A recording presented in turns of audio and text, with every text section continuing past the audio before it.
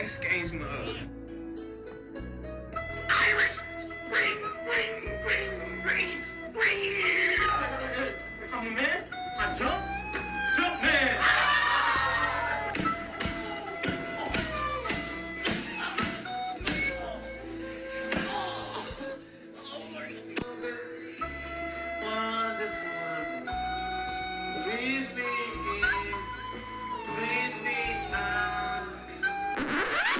The NBA and the Players Association have formalized their plans for Orlando. This is now officially happening. We are good because basketball is back. And Stephen A., when games restart on July 31st, we will have...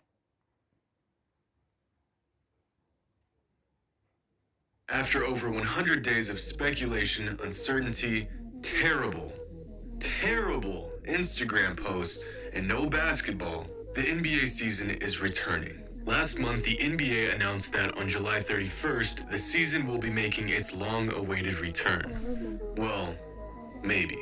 After months of negotiating, NBA executives worked with GMs, owners, and players to come to a new finalized start date, and 3 more months of NBA basketball that may look very different than what we are accustomed to.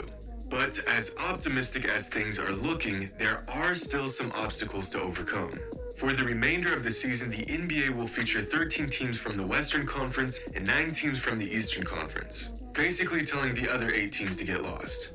Of these 22 teams that have been given a shot at the playoffs, each team has a vastly different schedule. From the Raptors, who have arguably the toughest set of remaining games, to the Pelicans, who have a schedule that looks a bit odd.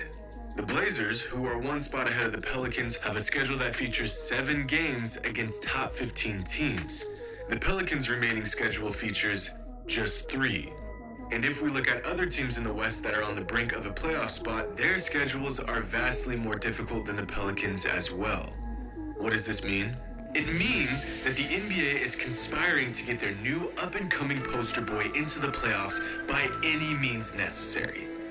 Or, as the NBA insists, the remaining schedules are based off of the games each team had left before the break. Oh, right. Either way, it doesn't make a difference to me. I'm just glad to see that the NBA will be returning. In their official statement, the NBA stated that the remainder of the games will be played in a figurative bubble at the ESPN complex at Walt Disney World near Orlando, Florida, where NBA players and staff will be isolated with all the amenities they will need for what may be up to 2.5 months. The league has set up practice facilities and game courts that look eerily similar to 2K's anti-up courts, missing the opportunity to call this facility the ballroom. You get it? Like, because they're playing basketball. The NBA also stated that, of course, there will be no live audience, and instead, the league may pump artificial crowd noise into the arenas using 2K's crowd audio. Alright, bucko. We're about 2 bad decisions away from this whole thing being one big 2K simulation. But any sort of crowd noise might be better than none. If you've ever heard some of the chirping that gets picked up from the mics during normal NBA games, you'd understand the NBA's concern with having absolutely no crowd noise at all. He's all the way down.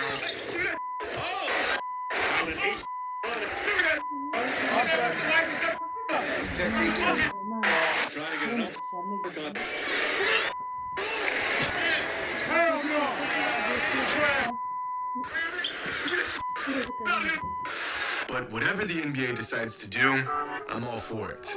It's different, it's exciting.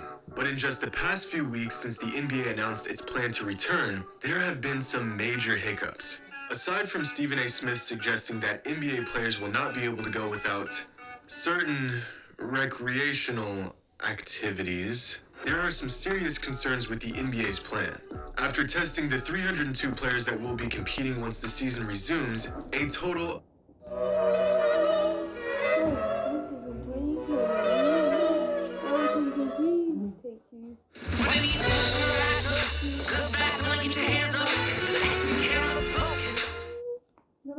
of 25 tests came back positive for Rona. 25. That's 8.2% of all players that are set to play in Orlando.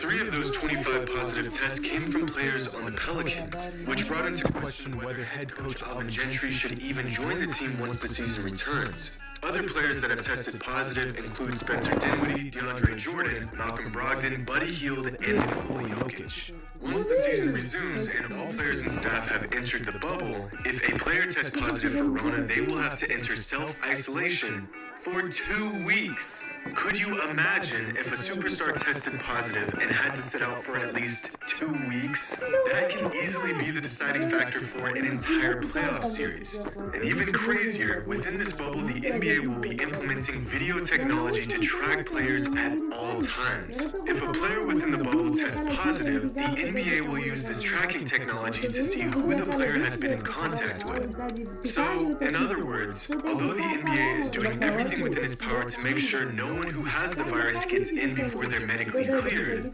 if anyone with the virus slips through the cracks and enters the bubble, this entire plan could fall apart.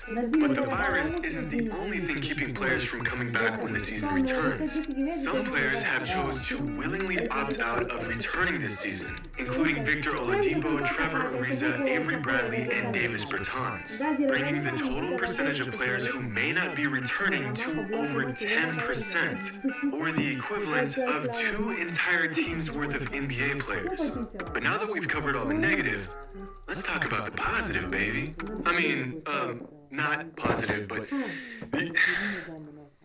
let's just move on. One new feature regarding the remaining of the NBA season will be a play-in tournament for the playoffs. Normally, the 8 teams with the best records in each conference will make the playoffs. But in Orlando, the NBA is planning on having a play-in tournament for the 8th spot in the playoffs. If the 8th seed is more than 4 games ahead of the 9th seed, there will be no play-in tournament. But if the 8th seed is 4 games or fewer ahead of the 9th seed, there will be a best-of-2 series to decide who will get the 8th spot in the playoffs. So the 9th seed will have to win 2 head-to-head matchups against the 8th seed in order to get a spot in the postseason. Now, one change I personally think the NBA should experiment with during this unusual circumstance is different camera angles.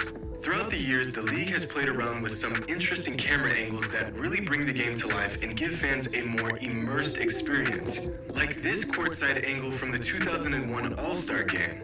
Angles like this give a better perspective on just how fast the game is played in the NBA and just how massive some of these guys really are. But other than some audio adjustments and a possible play-in tournament, pretty much everything else about the NBA season will remain the same. And whatever the results of this crazy season is, we are set to witness history. If the Lakers win, Anthony Davis and Dwight Howard will get their first ring, and LeBron will get his 4th. And if LeBron manages to win Finals MVP, he will be the first player in NBA history to win the award for 3 different teams. If the Clippers win the championship, it will be the first time in the history of the franchise.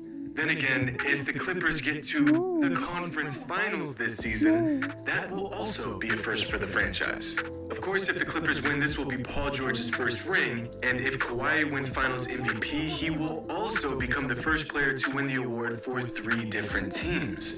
If the Bucks win the championship this season, it will be Giannis Antetokounmpo's first ring.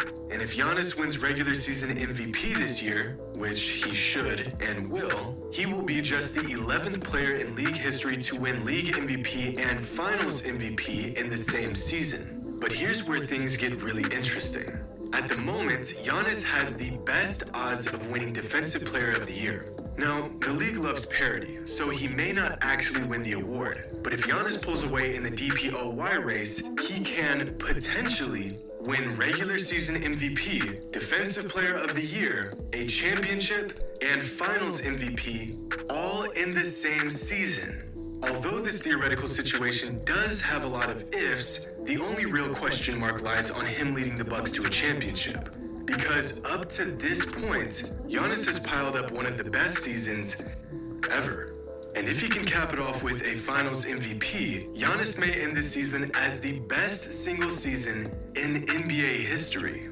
Now, I would mention other teams, but quite frankly, the odds of any other team even sniffing a championship this season is very, very unlikely.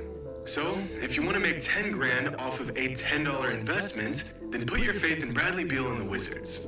But if you're not a degenerate gambler, just sit back and enjoy what may be the most eventful finale to any NBA season we've ever seen. Hopefully everything goes according to plan and Zion makes the season returns on schedule. Hope you all enjoyed, and as always, until next time.